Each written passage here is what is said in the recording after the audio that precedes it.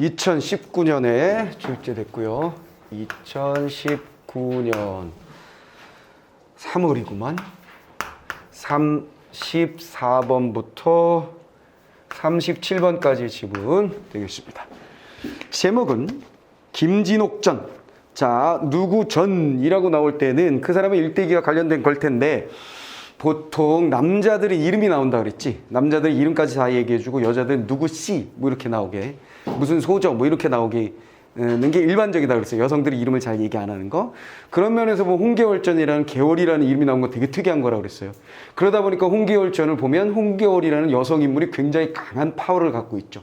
조정에 나가고 여성임이 밝혀진 후에도 임금에게 부름을 받고 계속 신하로서 대우를 받는 것, 이런 것들이 굉장히 파격적인 작품이에요. 그 파격적이다 보니까 제목 자체도 이름을 드러낼 수 있었지 않았나 이런 생각이 들어요. 어쨌거나 김진옥전이라고 되어 있는 것으로 봐도 남성일 가능성이 높구나. 자, 첫 번째 문제. 김진옥은 용왕은 난영은 애운을 죽이려는 명을 받은 무사는. 자, 모든 문장들의 주어가 인물로 되어 있죠. 그렇다면 인물의 태도, 인물의 심리, 요거 가지고 문제 묻겠다는 거고. 자, 두 번째 문제 보시면 가의 서사적 기능이라 그랬어요. 보통 이렇게 A, B, 가, 나 이렇게 나누어서 물을 때는 서술상의 특징을 묻는 경우가 흔했었는데 얘는 서술상의 특징이 아니라 바로 서사적 기능이라 그랬습니다. 서사적 기능. 아주 자주 나오는 문제는 아닙니다만 그렇다고 뭐 어려워할 필요는 없습니다. 자, 세 번째 나중에 보면 되고 그건. 그 다음에 보기가 나와 있으니까 보기 핵심 정리할 거고, 네 번째 문제는 기역부터 미음까지에 대해서 묻고 있는데 두 개씩 얽어서 내고 있으나 어쨌거나 기역 읽고 기역에 대한 건 먼저 해결해버리고 니은 해결해버리고 순차적으로 하나씩 해결해버리면 됩니다. 자, 그러면 보기 분석부터 들어갑니다. 자, 보기의 핵심 내용 정리하고, 문학이라는 걸 문제 풀이 과정으로 보면 단순하게 봤을 때는 보기의 핵심을 정리한 다음에 그 보기의 핵심에 따라서 작품을 딱딱 채워 넣으면 된다. A, B, C라는 세 가지 특징이 있다면 보기에 정리된, 우리는 작품을 읽으면서 A, B, C를 작품에서 찾으면 그건 끝난 거야. 출제자가 원하는 걸 다 찾은 겁니다. 됐죠? 그럼 문제는 풀린다. 자, 그러면 어쨌거나 보기부터 해봅시다. 김진옥전은 이질적인 세계라고 할 수 있는 수중계와 지상계를 넘나들며 서사를 전개하고 있다. 아하, 첫 번째 포인트. 수상계와 수중계, 이질적이란 세계. 이질적 세계, 수중계가 등장하고 데칼코마니 지상계가 등장한다. 자, 이런 스토리는 굉장히 많죠. 이것도 고전소설에 일반적으로 많이 등장하는 거예요. 수중계는 초월적인 공간이고 초월적인 인물들과 초월적인 일들이 벌어지는 공간으로 등장하게 되는 거고, 지상계는 당연히 우리가 살고 있는 비초월적인 현실계라고 보시면 되겠죠. 얘는 그냥 현실계라고 보시면 되겠습니다. 자, 수중계가 아니라 천상계가 등장하는 경우가 훨씬 더 많겠죠. 수중계보다는 천상계가 등장하는 경우가 많습니다. 자, 어쨌거나 초월적인 세계와 현실적인 세계가 둘로 나뉘어졌고, 이와 관련해서 두 가지 특징을 살펴볼 수 있다. 첫 번째, 요걸 가지고 특징 두 가지를 정리해보자. 첫 번째, 수중계와 지상계, 초월계와 현실계가 일어난 사건들을 번갈아 제시하고 있다. 사건을 번갈아 제시. 이게 하나의 특징이래요. 그럼 왔다 갔다 한다는 거고, 번갈아라고 굳이 말한 것으로 봐서 우리가 소설에서 서술상 특징의 문제 나올 때 정말 자주 등장하지만 정답이 되지 않으면서도 끊임없이 등장하는 대표적인 두 개의 녀석이 있어요. 두 개의 녀석.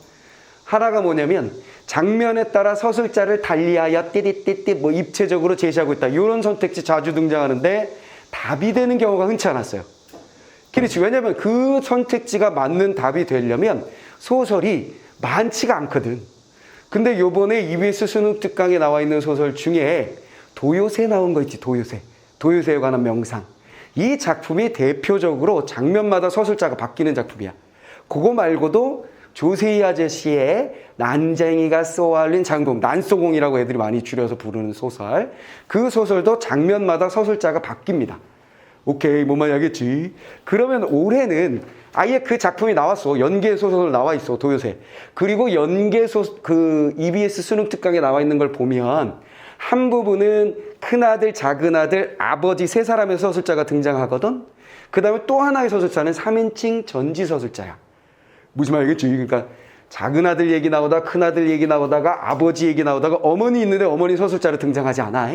그러면서 서술자 한 명씩 등장하면서 가족에 대한 얘기를 막 해요.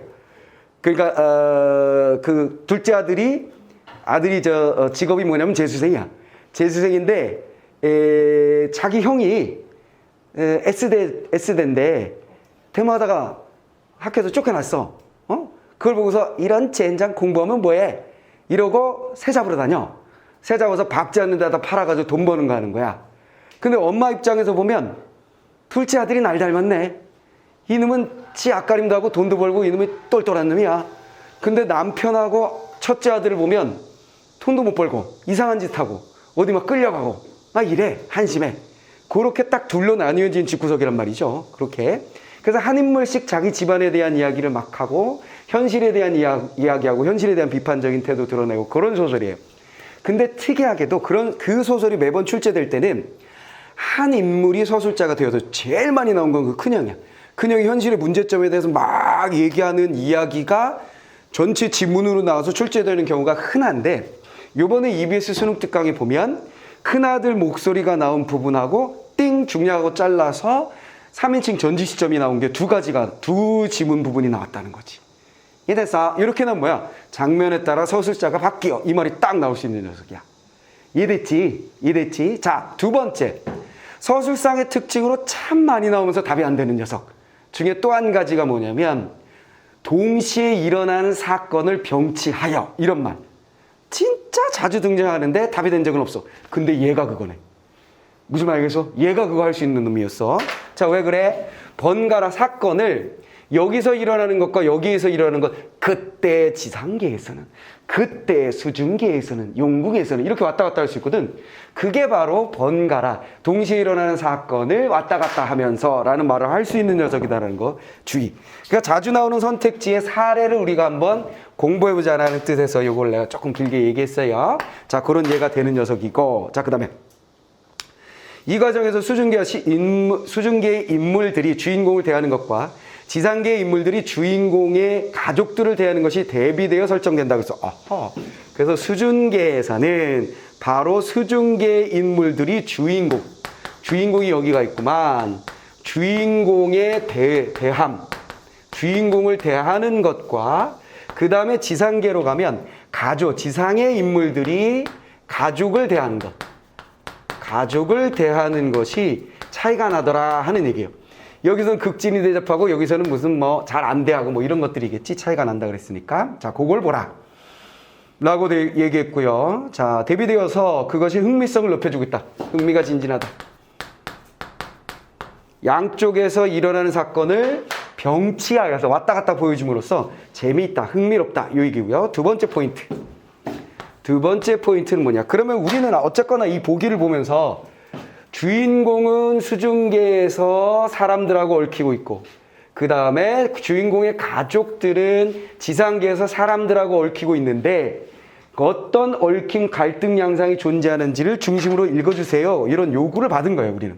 자, 두 번째.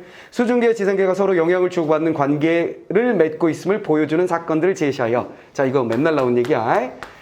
수중계가 지상계와 영향을 준다 그랬는데 일반적으로 무슨 말이 나오냐면 천상계와 지상계가 있고 그것이 분리된 것이 아니라 서로 영향을 준다. 보통은 천상계가 나오고 지상계에 영향을 준다고 했을 때 천상계에 있었던 선녀가 이쪽으로 넘어오는 적강 모티프가 진짜 많이 나왔어. 무슨 말이겠지? 천상계에서 잘못한 애들이 지상계로 쫓겨나서 벌받고 있는 과정. 그래서 언젠가는 다시 천상계로 돌아와야 하고 어느 순간엔 그걸 깨우치게 되는, 자기가 천상계에 있다는 걸 주로 꿈이나 이런 걸 통해서 야 너는 이런 애인데 이런 얘기를 듣는 거. 무슨 말이겠지? 맨날 뻔한 스토리야, 뻔한 스토리. 근데 여기서 초월적인 세계가 수중계여도 뭔가 영향을 주고받는다는 얘기죠. 영향을 주고받는다.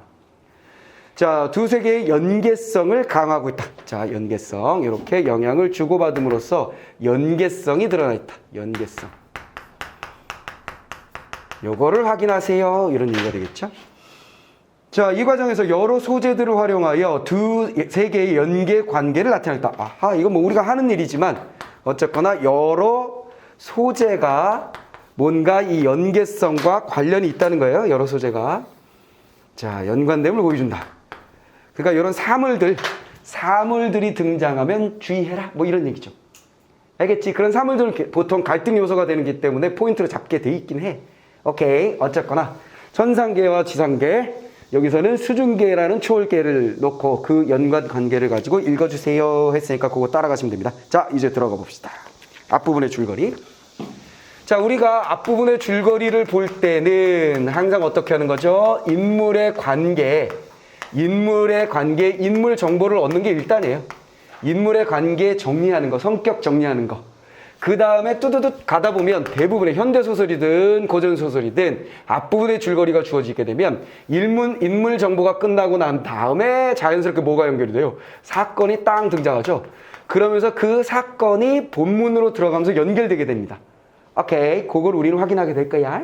자, 그럼 인물부터 봐봅시다. 자, 김진옥이 나왔고, 승전 후에 귀국하는 도중 풍랑으로 표류했다가 부친을 만나 용궁에 가게 된다. 아하, 자, 김진옥이 잡고 이 아저씨가 부친 아버지와 만나게 되고 어디를 간다? 수중계로 가야 되니까 용궁을 갔다. 아하, 그랬군. 그래서 수중계라는 게 나왔군. 거기서 어떤 대우를 받는지 봐야지. 좋은 대우겠지 뭐. 공을 세우니까. 끼리치 공을 세웠어요, 얘는. 얘가 이미 공을 세웠다면 얘가 공을 세우고 돌아오는 길이다라고 얘기를 했으니까 일반적으로 소설에서 영웅적인 인물이 주인공으로 등장하게 되고 마무리로 갈 때는 항상 뭐야? 얘가 공을 세우고 어떤 최고의 위치까지 올라가게 된 다음에 만날 사람 다 만나고 악의물이 다 헤쳐버리고 그리고 나서 행복한 결말로 넘어가게 되거든. 그 이 소설은 이제 결말로 치닫고 있는 중이다라는 거 우리는 그냥 감을 딱 잡게 되고요. 자, 용궁에 가게 된다. 남해의 용왕의 요청에 따라서 김진옥은 통곡 용왕을 물리친다. 승전 후에 용왕의 명령에 따라서 용왕의 부탁에서 또 다른 용왕을 물리친다는 거야. 자, 이런 스토리가 겁나게 많아. 무슨 얘기냐면, 야, 영화를 봐봐. 어떤 마을이 있어. 서부 영화, 막 무슨 영화든 어떤 마을이 있어. 근데 외부의 침략에서 괴로움을 당해. 근데 어떤 영웅적 인물이 쓱 나타나서 마을 사람들이 그 사람에게 기대. 그래서 도와주세요 하면 얘가 어느 날 마을 모두 뭉칩시다. 함께 합시다. 그래서 영웅적인 인물이 등장해서 모든 걸 해결해주고 거기서 제일 예쁜 여자하고 사랑하고 뭐 이런 거 맨날 스토리 나오잖아. 그 스토리 그대로 여기 있는 거라고 생각하시면 돼요.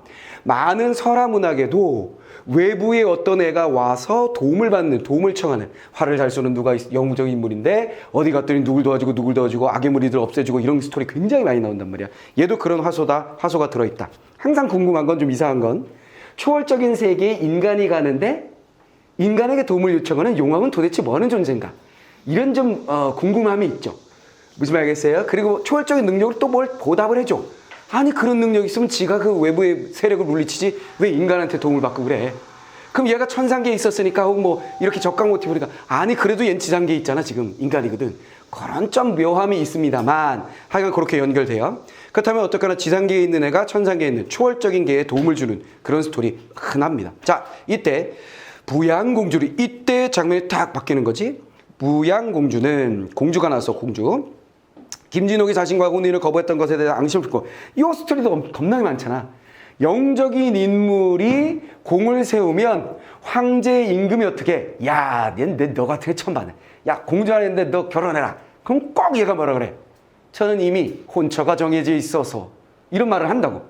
그러면 야, 인마, 왕이 시키는데 너 이 새끼야, 그러면 안 되지. 그래서 티격태격하는 스토리가 나온단 말이야. 뭔 말이겠지? 여기도 마찬가지예요. 대표적으로 그런 스토리가 나왔었던 소설이 뭐냐면 구운몽.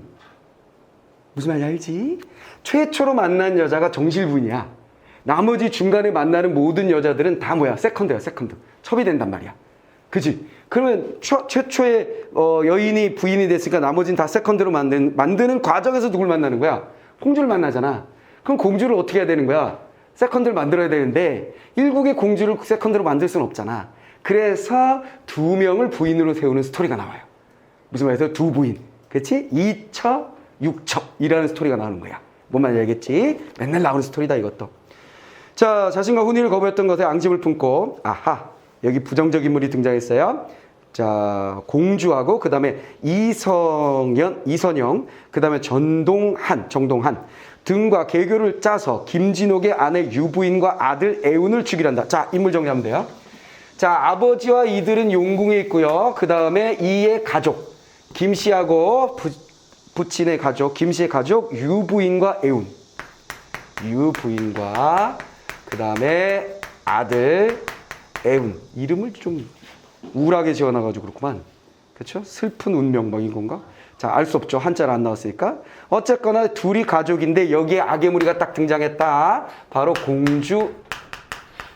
그 다음에 이선영. 그 다음에 마지막 정동한. 그러면 우리는 이들이 나오게 되면 아하, 얘네들은 부정적 인물이다만 체크하시면 돼요. 자, 인물들이 많이 나올 때 우리가 체크해야 될 거 뭐다? 가족. 그 다음에 주동인물, 반동인물이라고 하거든요. 반동인물, 즉 악역들, 빌런. 무슨 말이겠지? 악역들, 빌런만 딱 표시 잘 해주시면 돼요. 즉 편나누기만 하면 된다. 인물이 제일 많이 등장하는 소설은 고전소설 중에 뭐다? 전쟁소설.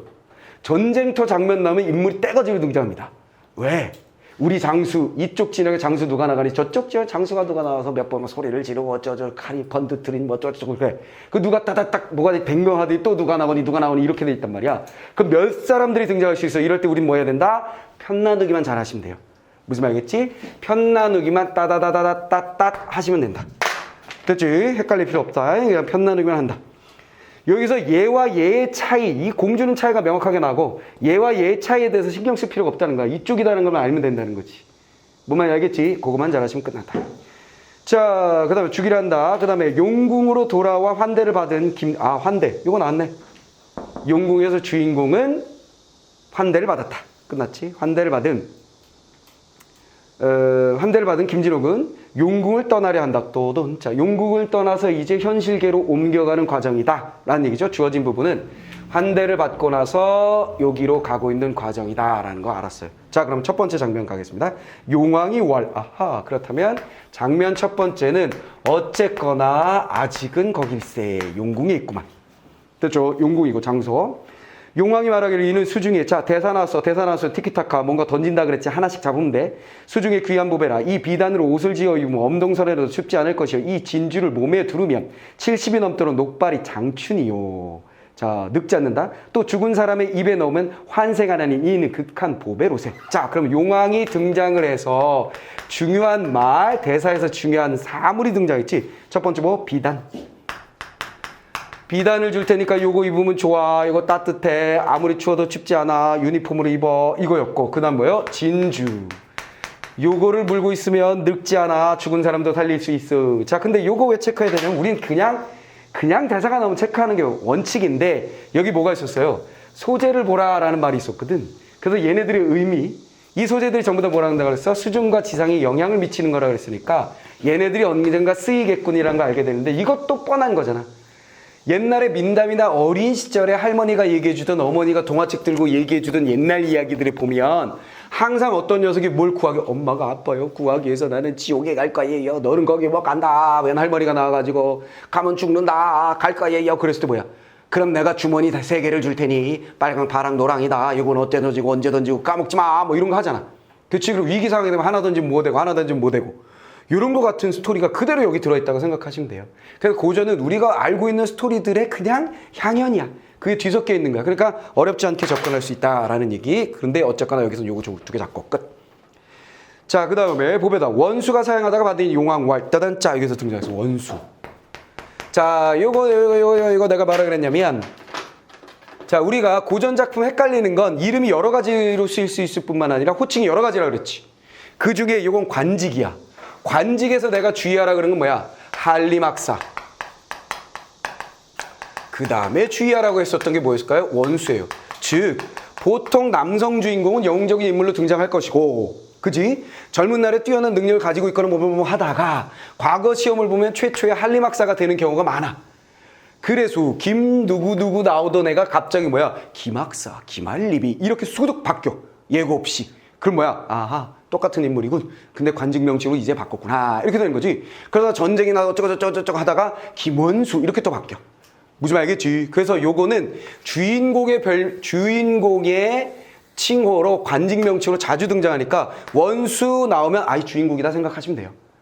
무슨 말이야 이게 요 헷갈리면 안 돼. 원수가 누구예요? 이런 거 하시면 안 돼. 이거 나오면 아하 김씨 아저씨구나 딱 잡으시면 돼요. 김씨 주인공. 자, 원수가 사양하다 받으니 용왕이 왈 원수는 대국의 신하라 수부에 들어와서 과인의 수부를 보전케 하니 네가 나 도와줬잖아. 천자께 헌신을 두신 치아를 아니하리었도던. 자, 대화 나왔지? 용왕의 대화의 포인트. 다음 대화의 여기는 사양이고 당양한 거고 다음 대화의 포인트는 뭐예요? 바로 천자께 현신을 두신 치아를 하겠다 그랬어요. 천자에게 황제에게 네 우두머리 천자에게 뭘 것이다? 포인트는 치하할 것이다. 감사할 것이다. 천자께 치하할 것이다. 이게 용왕의 멘트 핵심. 됐죠? 그리하고 그러를 닦아 원수께 붙이고 뚜둔. 자, 치하에 무엇을 만들었다? 그러를 닦아. 그러를 전달하였다. 자, 이런 건 항상 중요해. 이런 건 출제 항상 포인트지. 왜 그러냐면 편지, 현대글로 오면 뭐 메일, 전화, 전보 뭐 이런 것들이 등장하게 되면 뭔가 의미가 있어. 사건을 전환시키거나 의미가 있다고. 그래서 이렇게 편지, 글월 이런 것들을 항상 포인트를 잡으시는 게 중요하고요. 그 다음에 봉하여 주니 원수가 살해하고 받으니 살해라는 말은 자주 등장하죠. 감사의 예. 감사의 예를 하고 받았다. 일광노가 갑자기 또 다른 인물이 등장했네. 일광노. 누군지 궁금해할 거 없어. 그냥 등장인물이야. 그리고 이 등장인물은 싸잡아서 어디다 넣으면 돼? 초월적 세계인 수증계에서 사람들이 주인공을 대하는 태도를 보자 그랬잖아. 그러면 초월적 세계에 있는 1번 인물 오용왕, 두 번째 얘가 뭐 하는 애인지 모르겠죠? 일광로 2번 인물. 얘가 얘를 어떻게 대하는지 보면 됨. 끝. 됐지? 자, 갑니다. 일광로가 뭐였냐면 이제 이별을 당하니 무엇을 표하리요? 하고 일광주 한낱을 주고 여동비는 또 한낱 부채를 주어 왈. 됐지? 이 아저씨는 일광주 빛이 나는 구슬인가 봐요. 요걸 줬고 뭔가 자꾸 사물이 나오네. 자, 그 다음에 여동빈이란 사람. 여동빈 누군지 몰라. 누군지 몰라. 우린 몰라 상관없어. 여동빈이가 뭐 줘요? 또 한낱 부채를 주니 짜잔 짜 부채. 아, 주는 것도 많네. 여기서 뭔가 쓸 거야. 근데 너무 많아가지고 작품이 짧아서 다 쓰이진 않을 것 같아. 이 부채를 한 번 붙이면 운무가 자욱하고 비 올 때 붙이면 꽃나무 가지마다 꽃이 만발하니 이 큰 보배라. 그대는 잘 간수하라 보배군. 뭔가 능력이 있나 봐. 두목지는 또 나왔어. 사람 이름 또 나왔어. 이번에는 두목지. 두목지가 등장해서 이번엔 뭐 주나? 칼을 하나 주며 왈. 칼 좋은 거겠지 뭐. 칼을 하나 주면서 왈. 칼을 하나 주면서 왈. 이 칼자루에 불을 켜면 밤이 낮 같고 몸에 차면 귀신이 범하지 못할지 가져가소서. 그 다음에 이적선이 또한 이적선이라는 말이 나오자마자 우린 뭐예요? 엄마? 얘는 되게 익숙한데? 고전 작품에 다시 등장하죠. 그치? 이태백이 이적선이 이제 있어서 그치? 시를 읽게 되면 그러니까 이 사람이 만나는 이 사람들이 뭔가 이승에서 유명했었던 사람들이 저승 가가지고 얘 만나고 야 너 대단한 놈이다 나 아니 막 이러고 만나는 것 같아 지금. 그런 분위기야 그냥. 그런가 보다 하면 돼. 그것조차 예측할 필요도 없어. 야 얘들이 뭔가 떼거지로 많이 던지는구나. 만약에 사물이 비단하고 진주로 끝났으면 얘만 주목할 텐데 너무 많으니까 그냥 우린 뭐야 너무 흔한 거지. 흔한 거야. 그냥 여기 뭉뚱그려서 뭐라고 생각하면 돼. 많은 것을 주었음 생각하면 되는 거지. 다 가치 있는 뭔가 쓰일 만한 걸 많은 것을 주었음. 자 얘는 또 뭘 줬어? 금표통을 주었다 그랬어요. 금표통. 금표통을 주었다. 얘도 뭔가 쓰일 녀석이겠지 뭐. 금표통을 주었습니다. 자, 그 다음에 준 다음에 이것이 비록 적으나 이 가운데 분로주라고 하는 술이 있으니 천만인이 먹어도 진치 못하니 가져가라. 아야? 이건 뭐야? 술이 계속 나오는 좋은 거네, 좋은 거. 하니 원수가 받아가지고 모든 사람들이 이별하고 용왕께 하직하고 부친을 모셔 길을 떠나니 황성으로 향하여 오더라. 야, 여기까지는 정말 뭐예요? 별거 없죠. 그냥 인물들이 환대했고 잘 환송해줬다라는 것밖에 없어요. 뭐하니 환송. 그리고 뭐야 사물들 다 그냥 뭔가 전달해줬다. 좋은 거. 끝. 이렇게 된 거죠. 장면 1 끝났고요. 장면 2. 이제 황성으로 간다 그랬으니까 황성은 황제가 있는 성이라고 생각하시면 됩니다. 수도로 간다 정도 생각하시면 되죠. 각설. 각설, 차설 이런 거 나오면 뭔지 알지? 각설이나 차설이나 등장하면 각설, 차설, 각설, 차설 이때 이런 거 등장하면 장면, 장소, 수도 바꾸는 거지.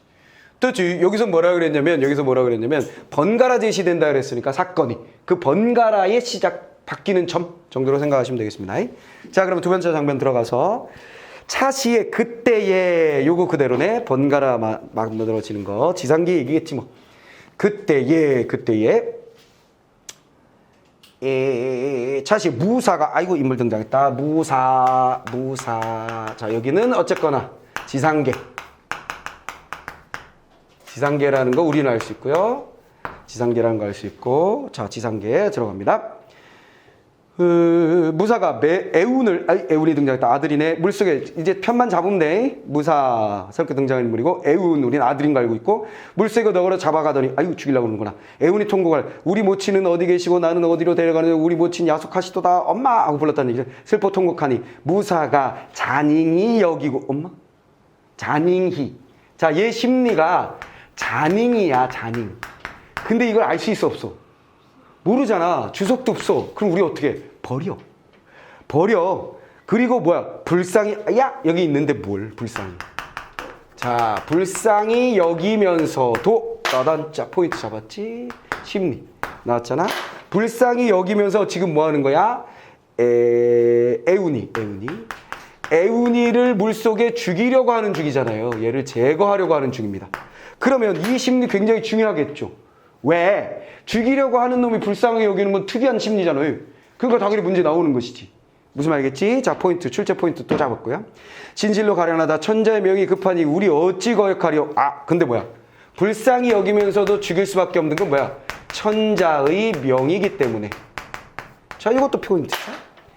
자, 이런 심리를 갖게 된 이유는, 이런 심리임에도 불구하고 그 행동을 하는 이유는 뭐냐? 요거 무사에 대한 문제 포인트다. 이런 거지. 이런 거 잡으면 되는 거야. 됐지? 자, 그 다음에 하고 이끌어 가다가 강수에 던지고 가니 아유 던졌구만. 어찌 가련치 아니리요. 이거 많이 나오지.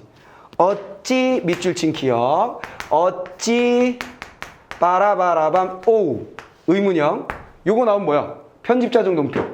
서술자의 심리 판단 태도가 드러나는 부분. 편집자 정동편 자주 나오는 거지. 결국 뭐야? 서술자가 뭐라는 거야? 어찌 가련치 아니리요. 안타까움의 심리잖아. 요거는 잘 봐. 요거는 안타까움의 심리야. 근데 그 안타까움의 심리가 누구 거야? 무사 것도 아니고 애운의 것도 아니고 지금 정확하게 서술자 거란 말이야. 그러니까 서술자가 자신의 감정을 이 안에다 드러냈다. 그래서 우린 뭐야? 작각의 편집자 정동평이라고 얘기하는 거. 보통 어찌 뭐뭐하리요 형태로 잘 등장한다는 거. 됐죠? 자, 그럼 기억에 대해 문제 푸는 거죠. 바로 네 번째 문제. 기억은 인물에 대한 서술자의 비판적 의식을 보여주고 있다. 이거 뭐야? 상황에 대한 얘기지 인물을 비판하는 건 아니죠. 안타까운 상황이군 했지. 무사 나쁜 놈 이렇게 한 거 아니지. 천재 나쁜 놈 이런 거 아니지. 됐지? 자, 그러면 1번 잘못됐네요. 자, 기억. 3번에 또 있다. 기억은 인물의 처지에 관한 서술자의 주관적인 판단. 오케이. 처지에 대한 얘기 맞고 안타깝다. 그리고 주관적 판단 맞죠. 그러면 3번의 기억에 대한 건 맞았습니다. 자, 다 써먹었고 니은 또 써먹읍시다. 소소한 창천이 굽어 살필지라. 자, 뭐야? 자, 그래놓고 어찌 불쌍하지 않으리요. 소소한 창천은 뭐야? 하늘이지. 하늘이 뭐 할 것이다? 살필 것이다. 이렇게 돼요. 살필지라. 살필 것이다 라는 얘기예요. 살필 것이다. 자, 그 다음에 소소한이라는 건 사리에 밝고 또렷하다는 뜻인데, 사리에 밝고 또렷하다는 뜻인데 자주 등장하는 말은 아니니까 지금 외워도 거의 써먹을 일이 없을 수도 있어.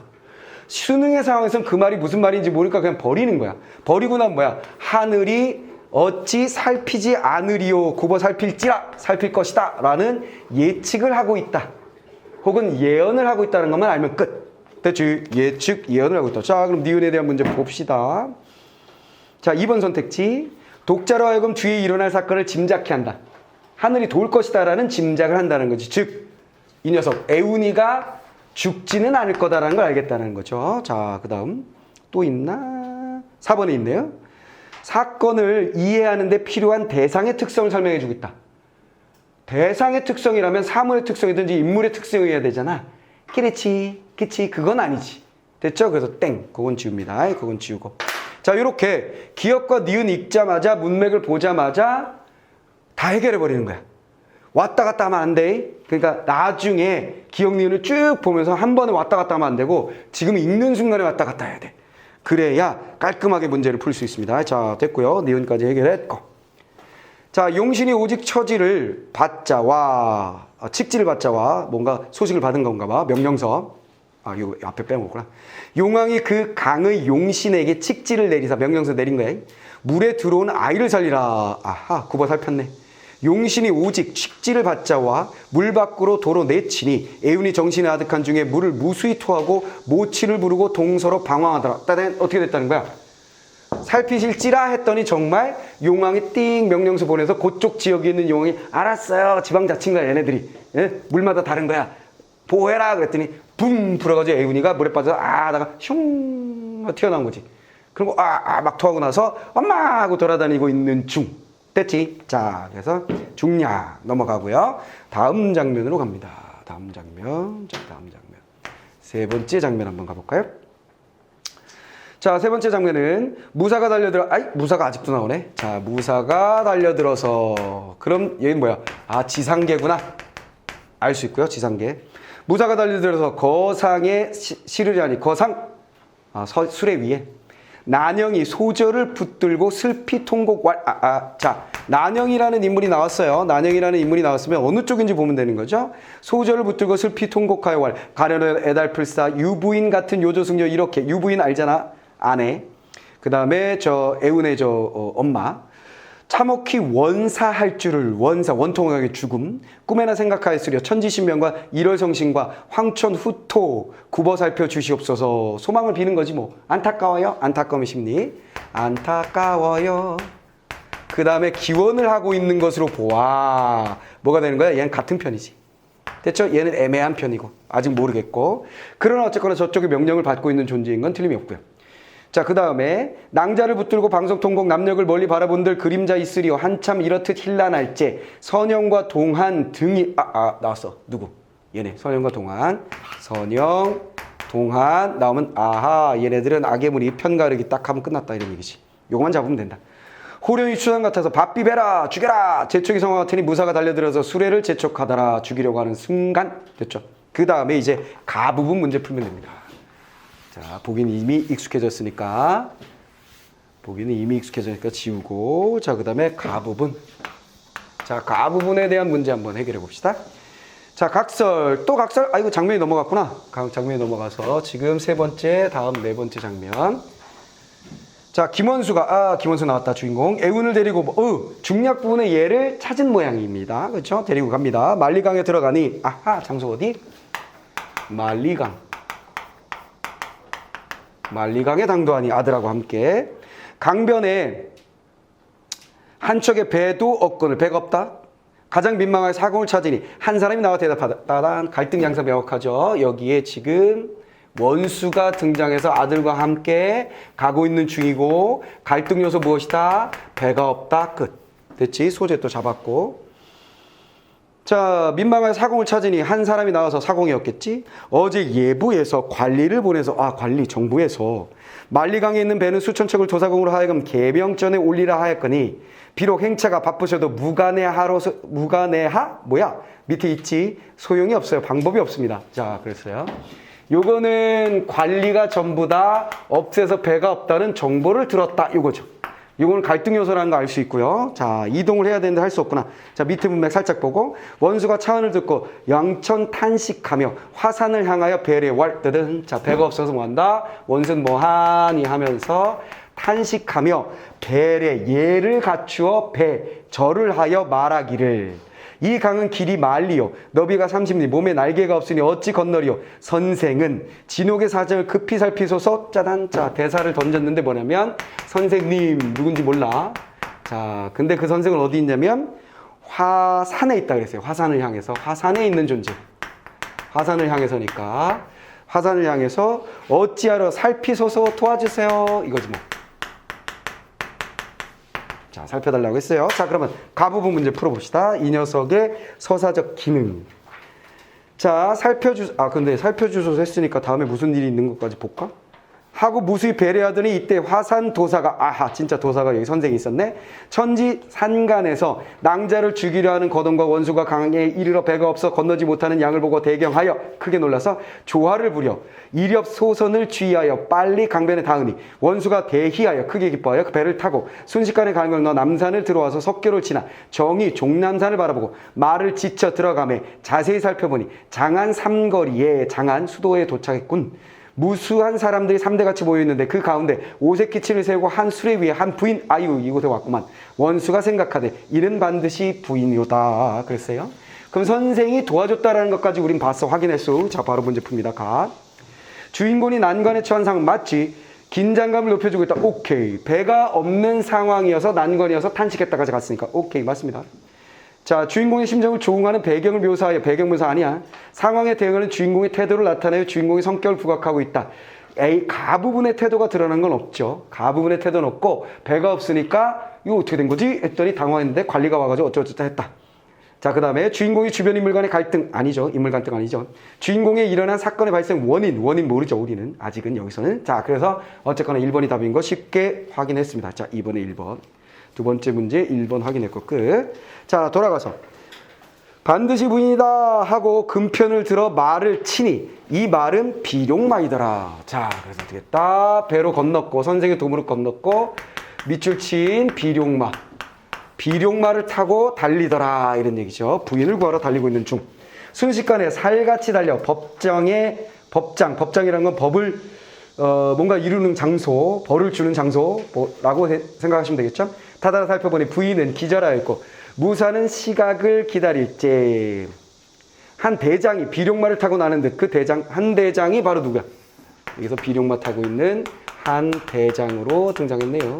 똑같은 인물이라는 건 놓치시면 안 되고 한 대장이 비룡마를 타고 나는 듯이 달려들어서 일진을 해치고 군사들이 서 있는 걸 딱 해치고 수레를 박차며 낭자를 안고 슬필건을 정동환 등이 부정적 인물 잡고 대경실세가 당연한 거고 어쩔 줄 모르는지라 원수가 낭자를 보고 기절하였더니 이윽고 정신을 진정하 울며 되게 특이하죠. 원수가 낭자를 구출하고 낭자를 보고 기절을 해버렸어요. 다들 놀랐겠죠? 그러나 금방 일어나서 정신을 진정하여 울면서 말하기를 부인아 김진옥이 여기 왔나니 부인은 정신을 스스파소서 정신 차려 하니 이때 애운이 곁에 앉아 울며 얘는 말을 타고 왔나? 어쨌거나 옆에 있고 한강수에 빠져 죽었던 애운이 여기 왔나이다. 모치는 진정하고 부친 비 없어서 다 만남 하고 얼굴을 한 대 대고 뒹굴며 통곡하고 천지 일월이 무강하고 산천초목이 다 슬퍼하더랐다든. 자, 일 뭐야? 주변이 모두 슬퍼하더라. 포인트는 슬퍼하다. 여기 포인트로 끝이네 뭐. 자, 자연까지도 슬퍼할 정도로 슬픈 장면이더라. 뭐 이 얘기죠. 자, 미음 끝, 미음 바로 뒤에 있으니까 미음까지 하고 문제를 싹 풀어버리죠. 자, 미음. 낭자 어찌 살아나지 못하려 따단자 낭자 뭐야? 띠리띠리요 살아나지 못하려 역시 마찬가지죠. 편집자적 논평 그대로 어찌 모모리요 요 구조 자주 등장하는 편집자적 논평 구조 나왔고요.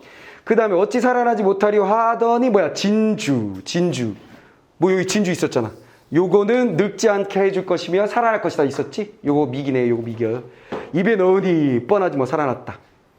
그래서 원수가 그 모자의 경상을 보니 가슴이 미어지는 듯하고 분심이 충천하였다다. 자 뭐야? 살렸다. 거기까지 갔고요. 자 그럼 문제. 리을 미음까지 디귿 리을 미음까지 다 해결해 버립시다. 자 1번 기억은 틀렸으니까 얘는 볼 것도 없지요. 적절한 거 찾으라니까. 2번은 니은 살려뒀으니까 미음 봐야 되겠죠. 짐작해 한다. 이거 뭐예요? 어찌 살아나지 않겠느냐 그랬죠. 그렇지? 짐작하게 하는 거 맞죠? 자 2번 정답이네요. 자 3번 기억을 살려뒀었죠? 자 기억을 살려뒀습니다. 미음과 달리 미음은 인물의 처지에 관한 서술자의 주관적 판단이 드러나지 않는다는 뜻이지. 달리가 붙었으니까. 맞지? 근데 이것도 편집자도 논평이니까 미음하고 기억하고는 같은 녀석이었어요. 자 그래서 이 녀석 틀렸고 자 그 다음에 자 기억하고 요거 얘기야. 어찌 모모리오니까 동일한 편집자적 논평 구조였어. 그래서 편집자적 논평 구조 맞아. 똑같아. 자 그 다음에 다음으로 넘어가서 5번도 사실은 볼 필요 없지만 4번이구나. 니은은 틀려서 볼 필요 없지만 디귿과 달리 사건을 이해하는데 필요한 대상의 특성을 설명해주고 있다. 자, 디귿과 달리라 그랬으니까 디귿은 사건을 이해하는데 대상의 특성을 설명해 준 것이 아니다. 근데 얘는 가능하겠는데 왜려? 비룡 말하는 말 자체가 나르는 말이니까. 그치? 이건 설명해 주는 거겠는데 달리란 말이 잘못됐네. 자, 그 다음에 자 5번 역시 디귿에 대한 디귿 다 봐야 되겠네. 디귿거리를. 자, 디귿은 리을과 달리 디귿 먼저 봅니다. 인물이 처해 있는 상황을 비극적인 강조하고 있다. 비룡마가 비극을 강조하진 않겠지. 됐지? 이건 뭐야? 빠르게 달려갔다라는 걸 보여주는 거고 그냥. 됐지? 자, 그 다음에 리을과 달리라고 얘기했는데 리을은 비극적인 강조하는 거 아니다 그랬는데 리을은 오히려 강조인데? 반대로 했으면 좋았겠는데? 그치? 자, 됐어요. 다 됐습니다. 자, 이 녀석은 어쨌거나 한 녀석씩 패야 된다는 게 제일 중요하다. 요 문제풀이의 중요한 포인트는 하나씩 차근차근 해결해서 하나씩 지워서 적절한 걸 고르려니까 하나만 지워주면 일단 걔는 볼 필요가 없다는 거야. 시험의 상황에서는.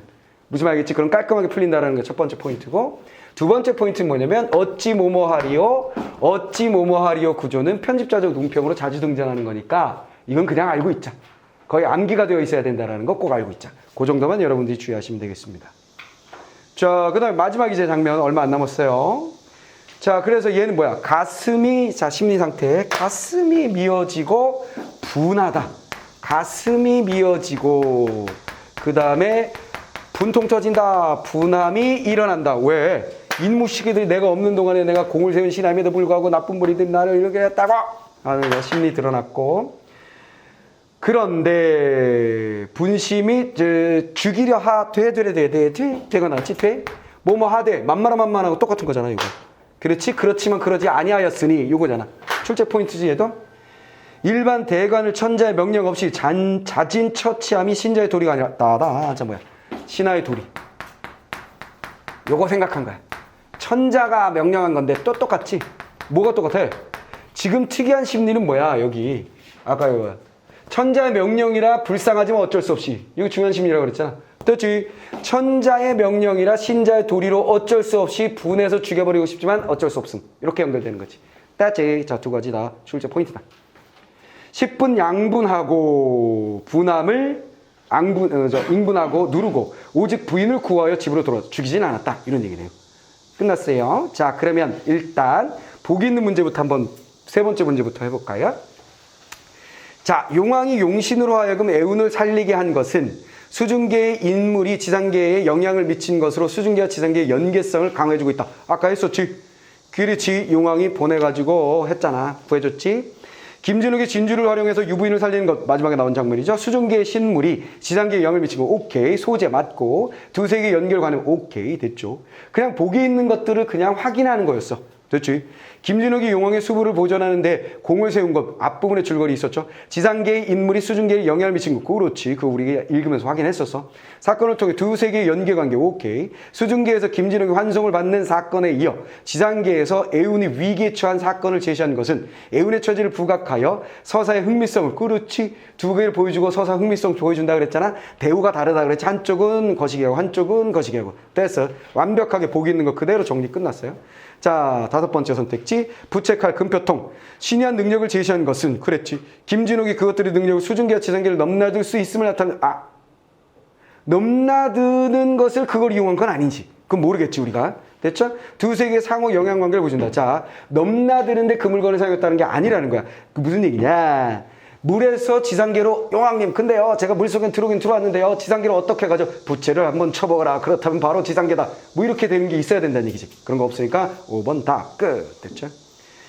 자, 그러면 우리는 문제를 다 풀었고 첫 번째 문제만 하면 돼요. 인물에 대한 거. 김진욱은 장안에 이르기 전에 유부인이 있을 것을 생각하고 그 특성을 이용하여 유부인을 구했다라는 정보를 우리가 본 적이 없어. 틀렸지? 유부인을 해치려 한 선영과 동안에 응징하려 하지만 천재라. 따닥 출제 포인트지 이거. 데데데데데 그럴 수는 없었다. 이거 출제 포인트고요. 김진욱 공과 관련된 내용의 그럴 이거 출제 포인트지. 천자애가 알리려고 했다. 됐지. 용왕의 태도이면서 이런 거 항상 중요하다는 출제 포인트라고 얘기했죠. 난영은 유부인이 억울하게 죽음을 자 난영이라는 인물 살짝 등장했는데 편먹기 하면 악의 무리가 아니야. 빌런 쪽이 아니야. 이쪽이었어. 안타까움. 요거였죠. 억울하게 죽을 상황에 처하게 된 것을 알고 있었다. 그렇죠? 그거 알고 있으니까 안타까워했겠지. 됐지? 애운을 죽이려는 명을 받은 무사는 애운의 처지를 애초에 포인트. 됐지? 불쌍히 여기고 있었다. 됐어요? 이해됐죠? 자, 우리는 그냥 단순하게 인물의 심리를 따라가게 되면 문제가 풀리는 거야. 알겠어요? 자, 고전이라고 어려워하지 말고. 자, 여기서 중요한 포인트는 뭐였냐면, 일단, 인물이 여럿이 등장하지 않으면 평나누기만 하면 끝. 악의 무리 쪽과 악의 무리가 아닌 쪽 나누는 걸로 첫 번째 끝. 됐죠? 보기에서 정리한 두 개의 포인트를 중심으로 읽어 내려가면 끝. 됐지? 이해됐지? 그 다음에 일반적인 작품을 읽을 때 우리가 해야 될 거 뭐라 그랬어? 인물이 여럿이 등장하지만 관직 명칭 주의할 거 원수, 한림, 한림학사. 알겠지? 그거 잡고 가는 거. 얘들 심리 정리할 때 뭐뭐 하지만 특이한 심리들을 항상 체크하는 거. 오케이. 전달하는 편지나 글얼이나 이런 거 항상 중요하다는 거.